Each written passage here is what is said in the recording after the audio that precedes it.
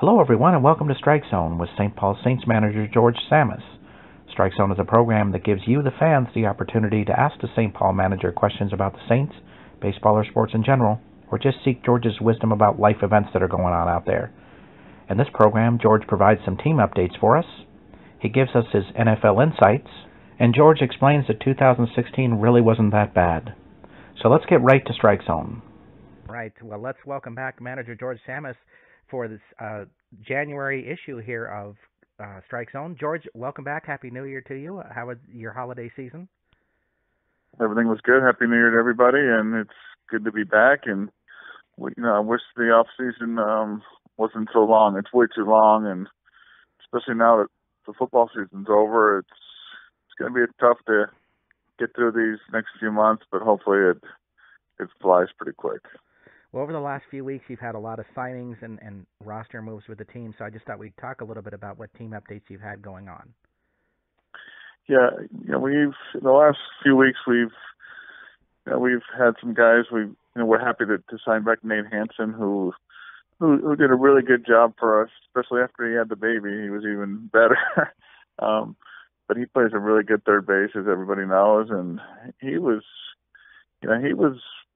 if not the top third baseman in the league, he was one of them. And so it is nice to have him back, and he'll play third base for us. And just today, we had signed back Anthony Phillips, who, if the fans remember from a couple of years ago, he was our shortstop and an excellent defensive shortstop. He can make the plays and had a good year in Double-A. And I think he only made 10 errors in 100-something games. And so it's a pretty good left side of the infield, you would think. And so it's nice to have those two back. And I was surprised that we have signed back John Straka and Eric Beglin, who were both, we lost both of them to the Blue Jays there in August. And that's one thing that it's tough to do. And, when you lose these guys for the stretch run and, towards the end of the season and they actually did okay. Straka pitched 5 games for with the Blue Jays in Double-A, and 4 of them were pretty good. And and Veglin's a young lefty that I believe will be playing this game if he's playing this game 10 years from now, I wouldn't be surprised. So it was tough to lose him at the end and not have them go to spring training. It's a tough thing to happen, and but who knows? Maybe they'll get a chance with somebody else. But if not, we feel we have 2 good starting pitchers back as well. And we also acquired Kenneth Frosch from Evansville, the Frontier League, who had a really good year out of the bullpen for them, and he's still classified as a rookie. So we'll have another good lefty down in the bullpen, and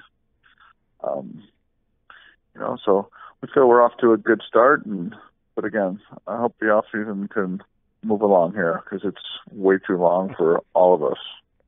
Especially everybody in Minnesota, in the next 2 months when it's, minus 10 out. So we need to get moving on it. I agree with you completely. A couple of guys I wanted to ask you about and related to contract extensions. I know everybody's interested about Mark Hamburger. Right now he is signed to be with the team, but do you know what status he might have at this point? Yeah. Well, I know right now he's over in Australia playing winter ball, and we haven't signed him to a contract for this season yet. In the off season, you're just not sure what's going to happen. You don't know if he's going to get an opportunity with a major league club. Because obviously we lost, Caleb Philbar signed with the Marlins. We sold him to the Marlins, a couple of months ago, and you just wonder if that'll happen with Mark, if he'll get a chance to sign with somebody or go play in Asia or go play in Mexico. We're really not sure what's going to happen, but obviously he had a great year for us, and so we will see if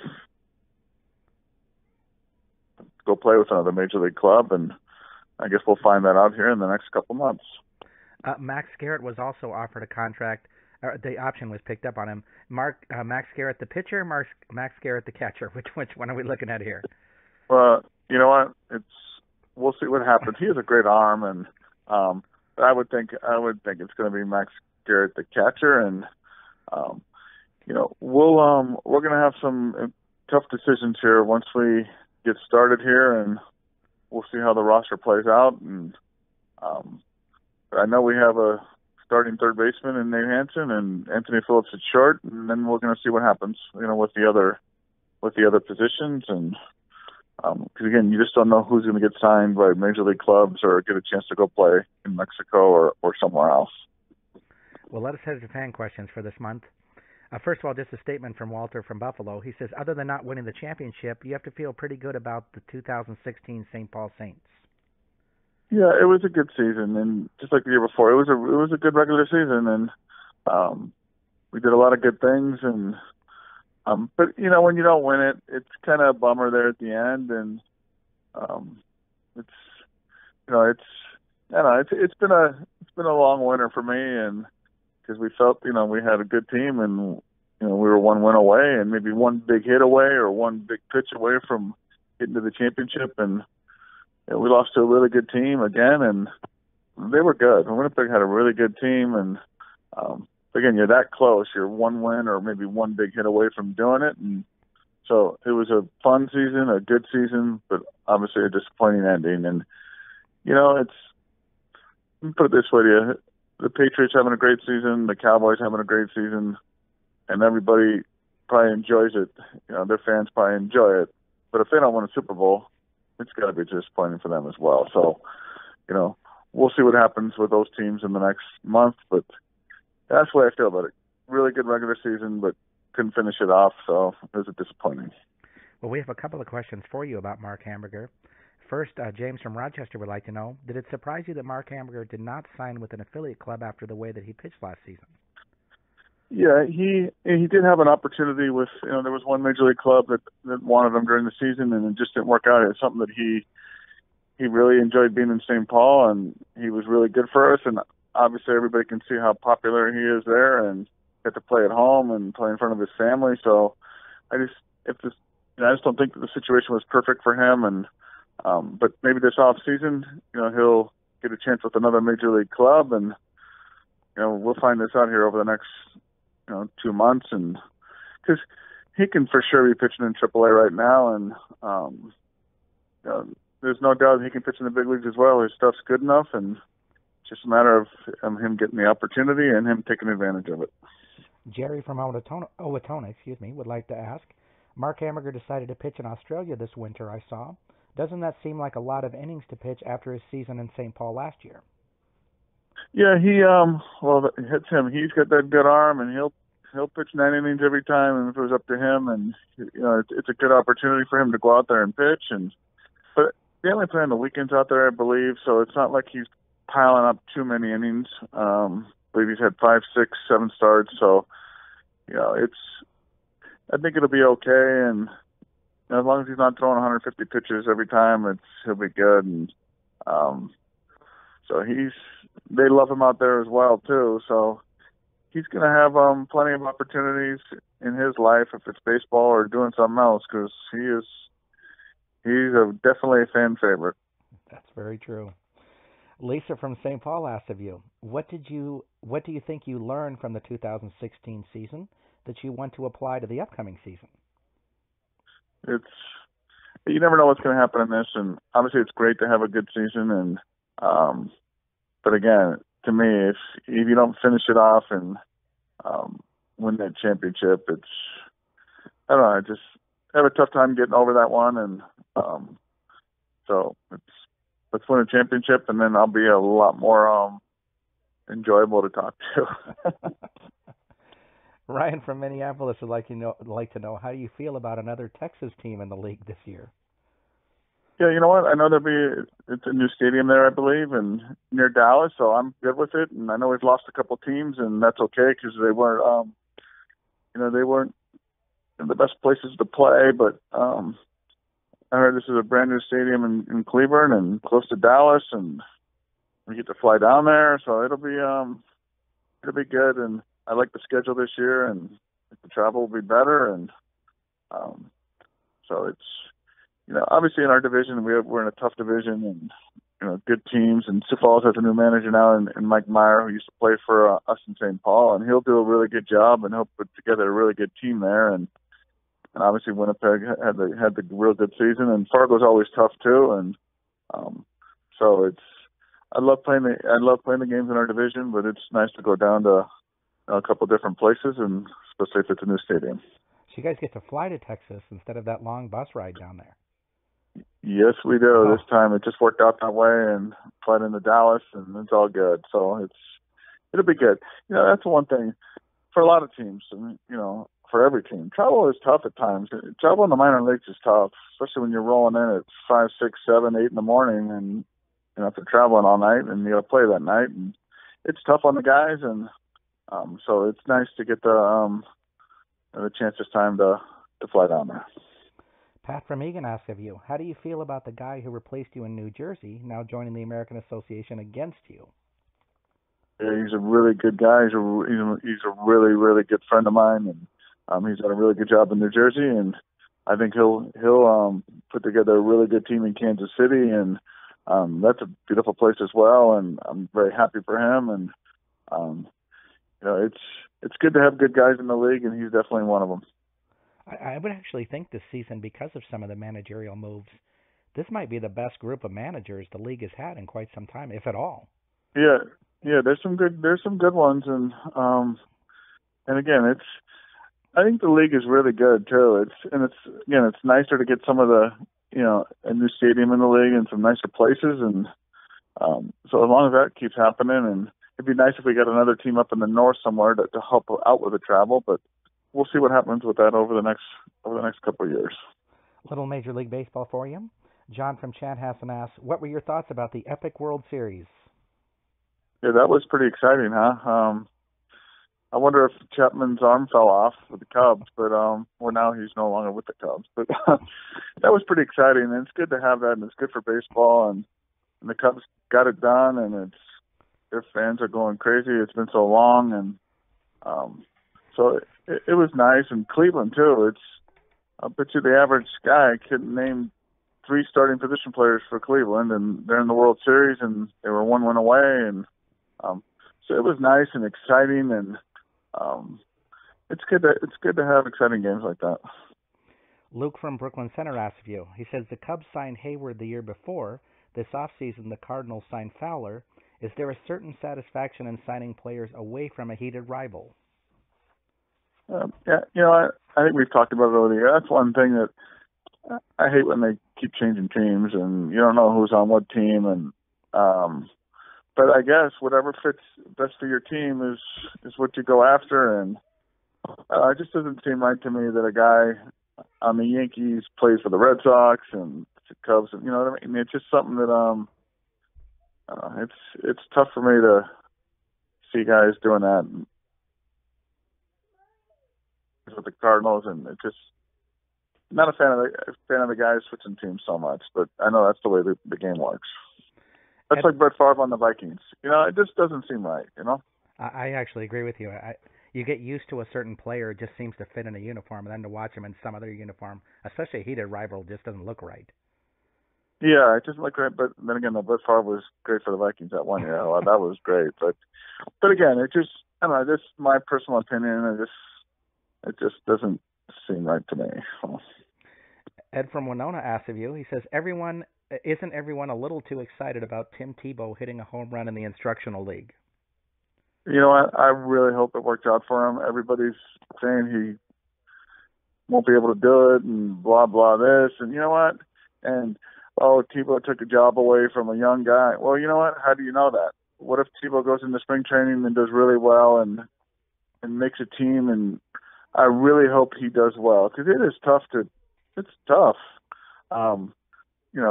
After he played football all these years, and I really hope it works out for him, because people love to hate on him, and but why though? He's a good guy, and he's a great college football player, and so we will see. And I think it's exciting, and I really hope it works out for him, and I hope people can talk about him for a long time playing baseball. I would take him on my team, so it'd be nice. He'd be a nice left-handed hitter for us in our park. He'd be awesome hitting down that right field line there. No doubt. Yeah, it's a good left-handed hitter's park. Maybe he's listening to the show, and Tebow is saying it'd be a good thing. That's right. Whoever's got connections to Tim Tebow, and one of them is a St. Paul Saint. How fitting would that be? Tim Tebow, a Saint. That'd be awesome. Yeah, that would be something. That would be something, but we'll see what happens with the Mets. I hope it works out for him, and hopefully he's playing for a while, and I hope he's a good player because it's just a good thing. Well, we have a few football questions for you now. First of all is Tina from St. Paul. She says, what are your thoughts about the Vikings 2016 season, and what do you think the team will be like next year? Yeah, you know what? That was a crazy year, and they started out 5-0. They were great, and everybody's so excited about them. You thought they were the best team in the league, and I don't know what happened. It's just it's weird how the game works, and you know, I know people have criticized. Well, they traded their first round pick for Bradford, and you know what? When that happens so close to the season, you lose your starting quarterback, and you're going into the new stadium. You can't blame them for going for it, and they did go for it, and it's not like Bradford was terrible. He had that good completion percentage, and I don't know. Things just fell apart there the last month and a half, and surprised it happened, and it's too bad it happened because it was a real good first month for them, and you thought they would be playing in the Super Bowl or be in the playoffs, and it just stinks that it worked out that way. Nick from Circle Pines asks of you, do you think the Vikings should keep Adrian Peterson even if he accepts a pay cut? I think 2 major knee surgeries like that seems like a whole lot to ask for a guy to return from. Yeah, that is it's a tough thing, and that's one thing in the business, and even with our team, for example, it's tough to guys not healthy, and the salary cap's a big part of it, and at times people don't understand. Well, hey, why did you get rid of that guy? He's so good, but if salary cap doesn't work with the salary cap, it's tough to keep certain guys. That's going to be an interesting decision there, and it's just another unfortunate thing with the way their season went, and with him getting hurt and Bridgewater getting hurt, and but it's going to be real interesting to see what happens if they decide to bring him back, and if they don't, you got to understand it because of the salary cap. Dave from Maplewood would like to know, who are your Super Bowl picks at this point? Well, I would like to see the Patriots in it because everybody loves to hate the Patriots, and obviously I live out here and just love watching Tom Brady play. And I think an exciting Super Bowl would be the Patriots and the Cowboys. I think that would be exciting to see, and I would love to see the Patriots play the Vikings, but Patriots Cowboys would be nice. And it's not the Patriots. Steelers are always exciting, and I always talk about Antonio Brown as like the greatest player, and he is one exciting guy to watch, and that's one guy you take on your team any day. Antonio Brown, why don't you take him any day on your team, because he just finds ways to get it done, every time. He makes it seem like the Steelers are never out of games. He was something. That last play where he got across and to get him to win the division. What an exciting player, and there's times I always tell people Antonio Brown's the best receiver in the league, and people look at me like I'm crazy, but in this case, I don't think I am, because he is something else to watch, and he just gets it done. Just not a lot. Not a flashy guy. Just a guy who just does the job. Yeah, he's so fast. A little guy, he's just so fast, and so again, the Patriots Cowboys would be a good Super Bowl. If the Patriots don't get in, I think the Steelers are exciting, and just don't want to see Seattle in. And the Packers too. How about the Packers? Aaron Rodgers is something as usual, but he's turned it on lately, and they've gotten it done. And you just wonder who's the MVP of the league. And I would say Tom Brady. That's my choice. But if it's Aaron Rodgers who wins the MVP or Matt Ryan, I don't think you can go wrong with any of those guys. Absolutely. And we'll be talking about Aaron Rodgers in a minute. But let's return back to Tom Brady with a question from Dana from Litchfield. She says, are you rooting for Tom Brady receiving the Super Bowl trophy from Roger Goodell after the league suspended him in that way? Absolutely. I think it would be a great thing. And again, I enjoy watching him, and I love his attitude. I love the way he plays, and he wants to win bad. He's out there to win. And so, yeah, I think it would be a great thing if that happened. And I know people love to hate him, but it's all good. And he is just what a tremendous player for such a long, long time. Robert from Menominee asks, how does a player like Aaron Rodgers really struggle, then make some prediction about success, and the team just catches fire? Is that simply his will and being imposed on the team, or a guy just looking at the schedule and believing his team will continue to win? Just a great player, a great leader, and and I know early in the year there was some struggles, and but there were times it looked like maybe he didn't have much time and he got hit around a lot. And the great players always have ways of stepping up there, and he's sure done it. And again, him and Tom Brady in the Super Bowl, that would be a nice one as well too. And I know there's a lot of Packer fans out there, and the playoffs are going to be real exciting this year. That there's 5-6 teams that you wouldn't be surprised if they're in the Super Bowl and won it. So it's good to have good competition, and we'll see who's going to win. But Patriots, Cowboys, Patriots, Packers would be a nice Super Bowl. Andrea from Burnsville would like to ask of you, when will your baseball camps begin? The dates haven't been set yet, but we'll run either 2 or 3 during the summer. I'm guessing the first one will be sometime in June, and guessing we'll do one in June, one in July, maybe one in August. But the dates haven't been set, so I would think here in the next month or two we'll have all that set.